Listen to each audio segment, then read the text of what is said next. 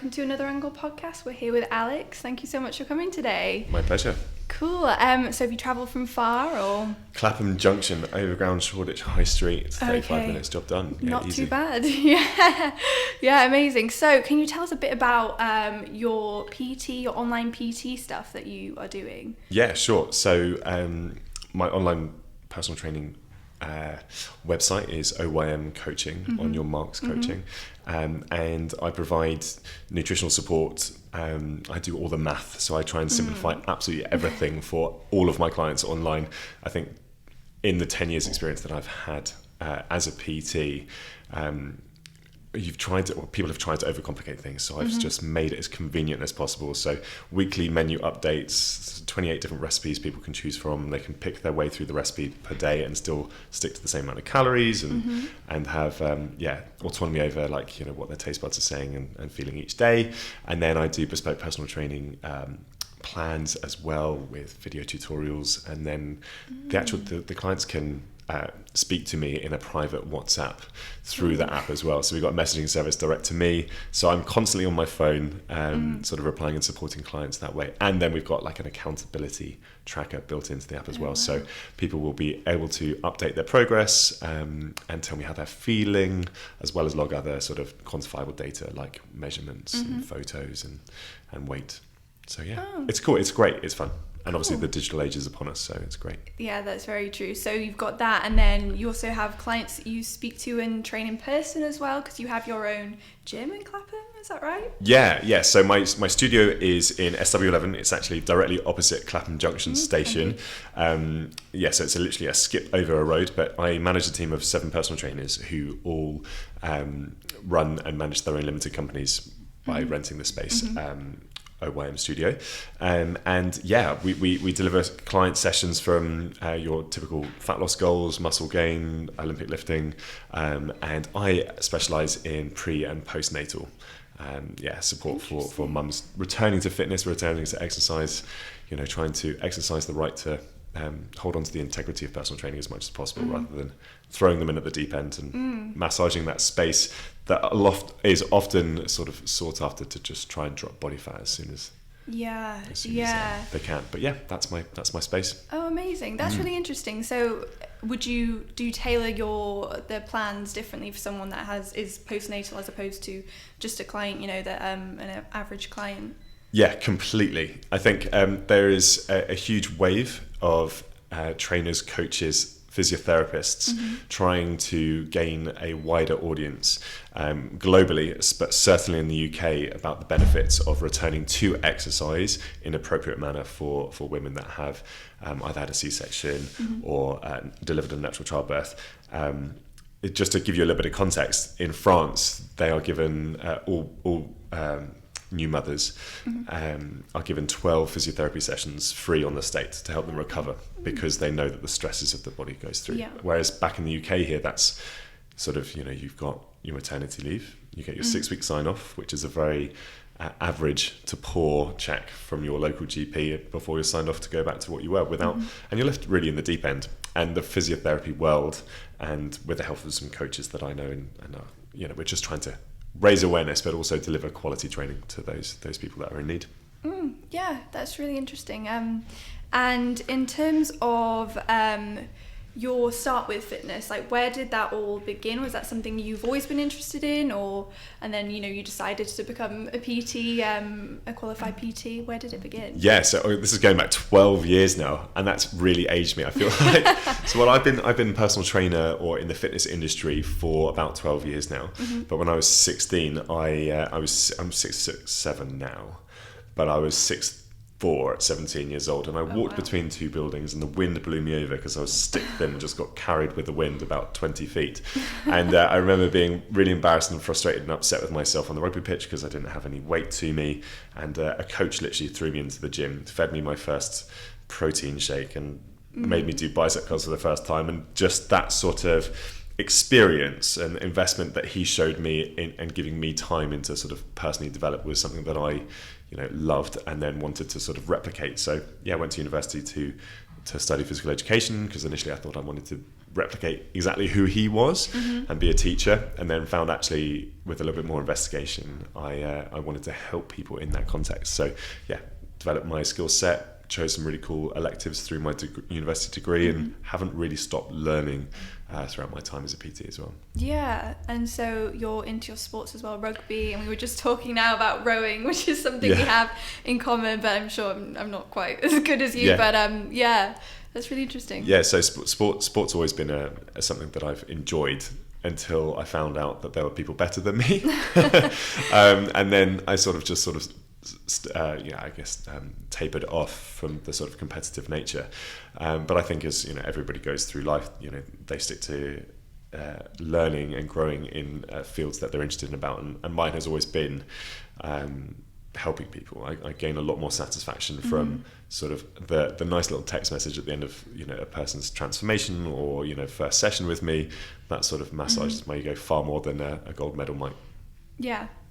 Okay, an interesting insight into but okay, amazing. And in terms of, if there was anything you could say to like your younger self when you were going through this process of learning about fitness, is there anything that you would almost change or say to yourself, like this is what you should avoid doing, this is what you should do?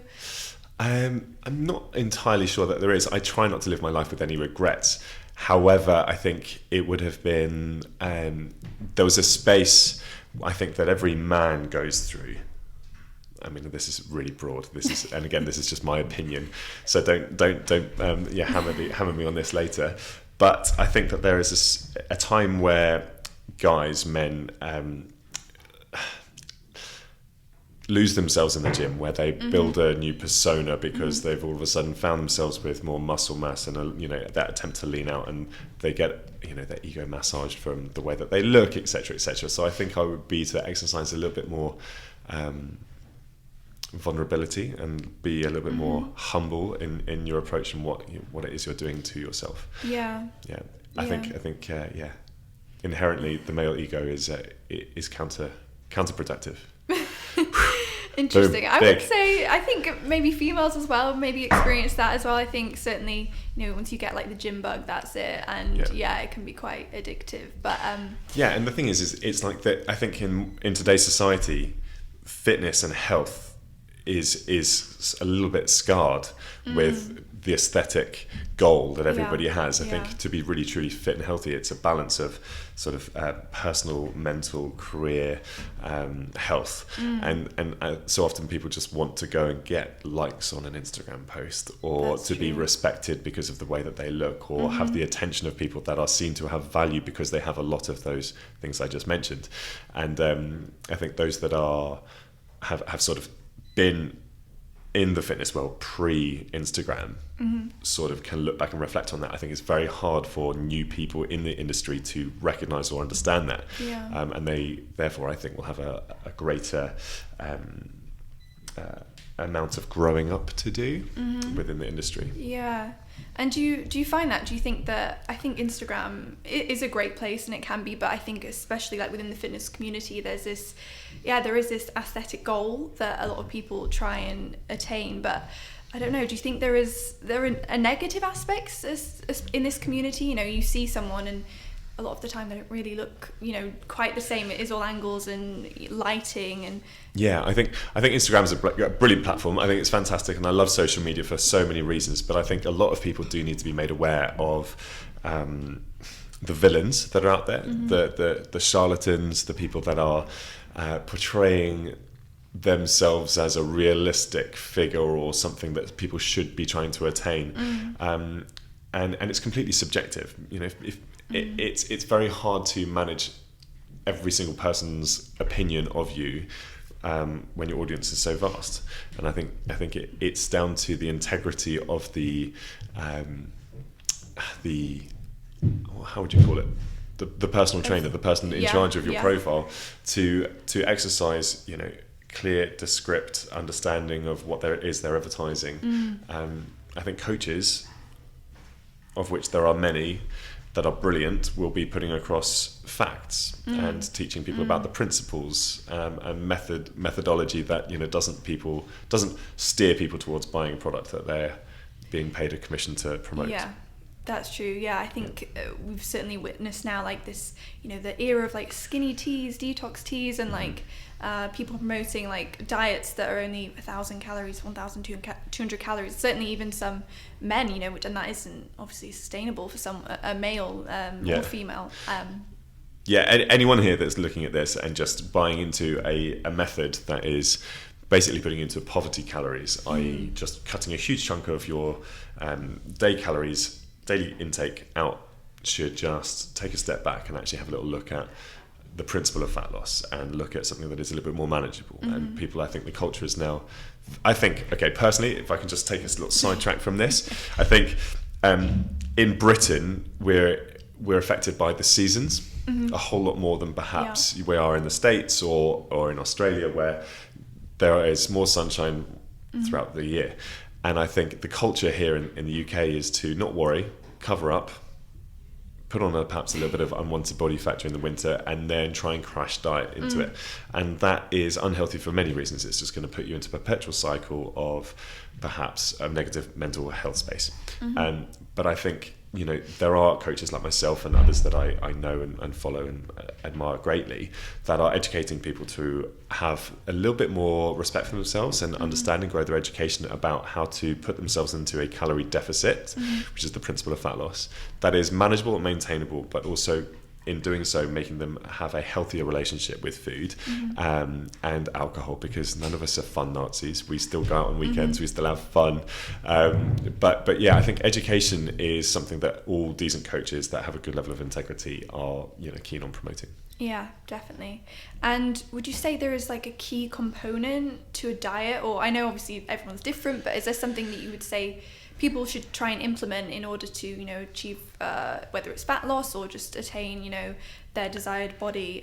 What would you say to those people? So I think the main one is, so if you don't know what a macronutrient is, it's like an umbrella term for the 3 different food groups: carbohydrates, fats and proteins. I think it is very popular to criminalize 1 or 2 or perhaps even 3. People have a lot of worries about all 3 of those macronutrients and what they do to too much protein. Oh, it makes your breath stink, or you're always going to the toilet. Too much carbohydrate. Oh, you can't eat that makes you fat. Too much fat. Oh, you don't want to do that because that's twice as many calories as the others.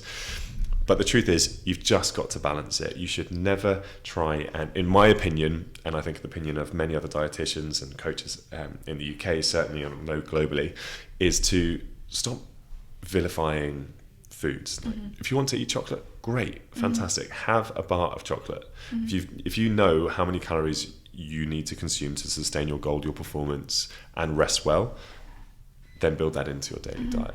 Okay, and that can be intimidating for some because it's a lot of numbers, but it doesn't have to be. Drawing and falling onto your coach for advice and help is the done thing, and it's the appropriate thing to do, because you don't have all the answers to yourself, and your best friend who's been on a diet doesn't have the right answers for you. But if you fall on somebody that is overly qualified and has your best intentions at heart, and the experience, then we can clear that stuff up for you. Do not give up chocolate because it's awesome. Do not give up alcohol because it's great fun. Do not give up pasta, pizza or bread. It's all okay to eat. Don't stress. I think a lot of people have been, I don't know, it's this kind of like all or nothing mentality, and I think people need to realize that they can have a bit, I think maybe every day. Would you suggest that would be the best, have a treat every day, or do you also think this idea of a cheat meal or a cheat day is I think the language concept? There is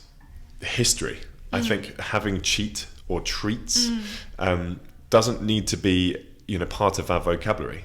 I think you've just got to take that whole conversation off the table, off the plate. There you go, play on words. But genuinely, I think as soon as people can I have a cheat meal, or you're demonizing that food just by saying that, and you shouldn't be doing that at all. I think taking a step back and just saying, hey, look, I'm gonna have a pizza today. Great, have a pizza, cool. Let's concentrate on burning a few more calories next week if it is you're looking to lose body fat, or making sure that your protein is taken care of for the next 2 days.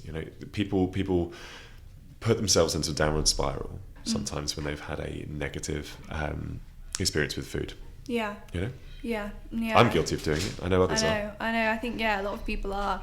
I think you're definitely right. And in terms of, I think now, I think a lot of people haven't really returned to the gym, would you say, since post-lockdown. Do you have any advice for people that are looking to return to the gym or, get back into the swing of things with fitness? Yeah, I do. Don't fear the gym. I think it's probably actually one of the safest places for you. Really? Most of them have, large open spaces. They are controlling the number of people in and out of the front door much more.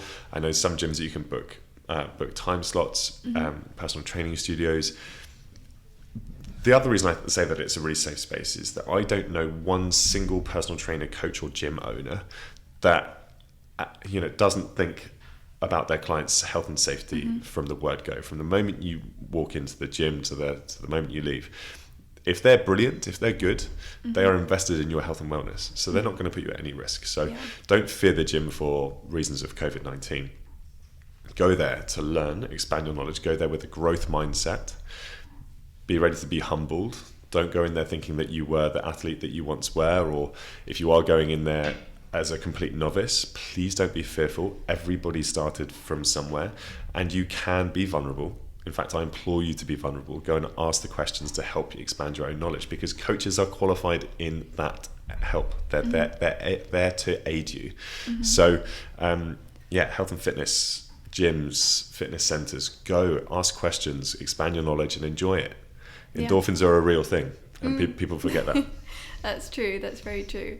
And what would you say is next for you in terms of, you've got your studio and your app, which is amazing, and what is next fitness-wise and business-wise, career-wise? That would be giving it away. It's a secret. It's not so much of a secret. I think if you wanted to follow me, you'll soon see that I work a lot with postnatal women. My intention is to, I've said the word a few times in this interview, but exercise a little bit more integrity over what new mums can and should do in their return to fitness. So whereas everybody's goal is to, historically, if you were to ask a woman what they wanted to achieve straight off the back of their fitness, 8 times out of 10, 7 times out of 10, their goal would be to lose weight, tone up, lose body fat. I want to shred my baby fat. I want to get back to where I was. And which is, an admirable goal, and that's absolutely fantastic. It's brilliant for your physical health, brilliant for your mental health as well, for self-efficacy, confidence. However, there is a space in the first 12 to 16 weeks where mums are exhausted. They have a newfound responsibility, and they're physically, potentially emotionally, a little bit unavailable to be able to have a stab at losing that unwanted body fat. Ultimately, when you're losing body fat, you're trying to put yourself into a calorie deficit, which isn't conducive of the baby's feeding, if you're breastfeeding. Regardless of whether or not you are breastfeeding or not, you're going to be on low on energy as well, because, no sleep. So I'm trying to build, or I'm in the process of building a platform which will help women exercise an appropriate recovery and an appropriate amount over the course of 16 weeks, which will be follow along videos with me coaching somebody on screen whilst they at home can follow along. So you won't be able to see, or the intention at the moment is to say that you won't be able to go to tomorrow's video without having today's video time out. So you have to go through the process rather than skip levels. Okay, that's really interesting. Thanks. And they can, if people wanted to look into that, they can find that on your Instagram. They can find out all the information that I haven't told them about in January. Okay. January, February, but in the meantime, I try and put some fitness content up at least 2-3 times a week at on.your.marks, which is my fitness personal website, my fitness Instagram, and it's all conducive of sort of good movement, quality instruction, and a little bit of sort of life inspiration. Alex P. Marks, the verified account, was there from a TV show I did a few years ago, and it's just me playing golf and drinking. So what TV show was this? So I was The Bachelor in 2018. In the UK. Didn't do very well. Channel 5 sort of fluffed it up, but we had a great time doing it. So that was then. This is now. Brilliant, amazing. Thank you, Alex, for coming today. My absolute pleasure.